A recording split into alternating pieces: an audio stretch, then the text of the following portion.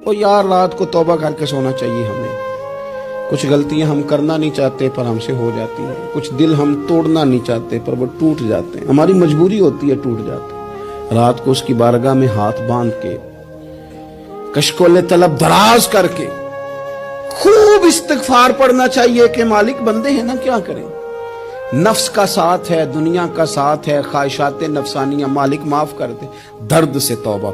رسم نہ ہو, کہانی نہ ہو, لفظ نہ ہو, جملے نہ ہو. اور جناب ایسے لوگوں کے بیچ بڑے ہاتھ باندھ کے اور بڑا کوئی ضرورت نہیں. آپ اکیلے اپنی چارپائی پہ بستر کے اندر منہ دے کے بھی درد سے کہیں گے نا معاف کر دے تو وہ تو مہربانی بڑا ہے. میرے نبی پاک صلی اللہ علیہ وسلم مثال دیتے ہیں. فرمایا ایک آدمی صحرا میں جا رہا, صحابہ سے حضور خطاب کر رہے ہیں. فرمایا ایک آدمی صحرا میں جا رہا تھا. اس نے اپنی اونٹنی پہ کھانا پانی پیسے ہر چیز رکھی ہوئی تھی. صحرا تھا بہت بڑا. درمیان صحرا کے گیا تو تھوڑا سا سستانے کے لیے, آرام کرنے کے لیے اونٹنی سے نیچے اترا. اب اس نے اونٹنی کی لگام, اونٹنی کی نکیل اپنے سرہانے کے نیچے رکھی, ہاتھ کے ساتھ پکڑی اور سو گیا. تھوڑی ہی دیر کے بعد جب اس کی آنکھ کھلی تو دیکھا اونٹنی غائب ہے. صحرا میں وہ پیدل نہ آگے جا سکتا ہے, نہ پیچھے جا سکتا ہے, نہ دائیں نہ بائیں. کھانے کو روٹی نہیں, پینے کو پانی کا قطرہ نہیں. تھوڑا ادھر بھاگا ادھر بھاگا, تھک گیا. کریم محبوب فرماتے ہیں وہ پوری طرح نڈھال ہو گیا اور مایوس ہو گیا. معاذ اللہ, مایوس ہو کے دوبارہ اسی جگہ آ کے لیٹ گیا جہاں پہلے لیٹا تھا. انتظار کرنے لگا کہ اب موت ہی آئے گی, آخری وقت ہے. اب نہ میں پیدل یہ صحرا کراس کر سکتا ہوں, نہ پیچھے جا سکتا ہوں, نہ کھانا ہے نہ پانی ہے, سوائے موت کے کوئی سہارا نہیں. حضور فرماتے ہیں وہ رستے میں دوبارہ لیٹ گیا. اچانک اس نے رخ بدلا تو اونٹنی سامنے کھڑی تھی. حضور نے صحابہ سے پوچھا بتاؤ نا اسے بھلا کتنی کو خوشی ہوگی. یا رسول اللہ جی سے نئی زندگی مل گئی ہے. آپ دیکھیں نا سارے ڈاکٹروں نے کہہ دیا کہ اس کے تو گردے معدہ جگر ہر چیز ختم ہے, گھر لے جاؤ خدمت کرو. ہر طرف پریشانی ہے. وہ بندہ بھی سمجھ گیا ہے کہ آخری وقت آ گیا, کل جاؤں پرسوں جاؤں, تیاری ہو گئی. سب لوگ آ گئے, باہر والے بھی آ گئے.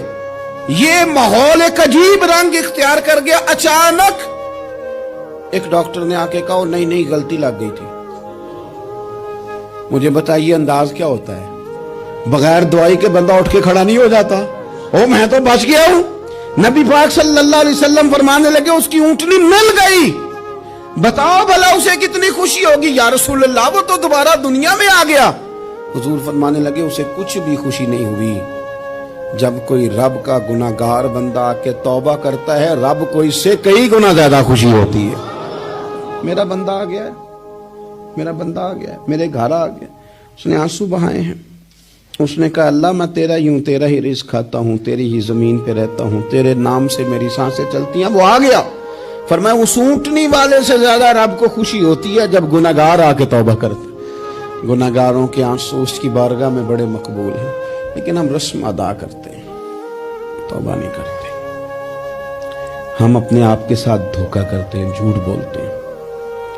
ہم بندہ کوئی ناراض ہو جائے تو ہمیں کوئی نیند آتی, اس کے گھر چلے جاتے ہیں. ہم اپنے سارے رشتوں کو تعلقات کو مینٹین کر کے رکھنے کے عادی ہیں. ہمیں پتہ ہے کہ وہاں میں نہیں جا سکا تو بیٹا بھیجتا ہوں, فلاں شادی پہ میں نہیں جا سکا تو بھتیجا بھیجتا ہوں, بھائی بھیجتا ہوں. ہر تعلق کا ہم نے خیال رکھا کوئی روٹھ نہ جائے. لیکن کمال ہے نا, یہ نہیں سوچا کہ اگر رب روٹھ گیا تو جب وہ روٹھ جائے نا تو سارے رشتے بھی بندے کے پاس موجود ہوں تو کوئی کرامت نہیں ہوتی. پھر کروڑوں روپیہ جیب میں ہوں تو ڈاکٹروں کی دوائیاں اثر نہیں کرتی. وہ روٹھ جائے تو پھر انسان اس طرح سے پھسلتا ہے کہ بڑے بڑے اس کے پاس دروازے ہوتے ہیں پر کسی جگہ اس کا ہاتھ نہیں لگتا. خدا را خیال کریں, دنیا روٹتی ہے تو روٹھ جائے, رب رسول ناراض نہ ہونے پائیں, اس کا خیال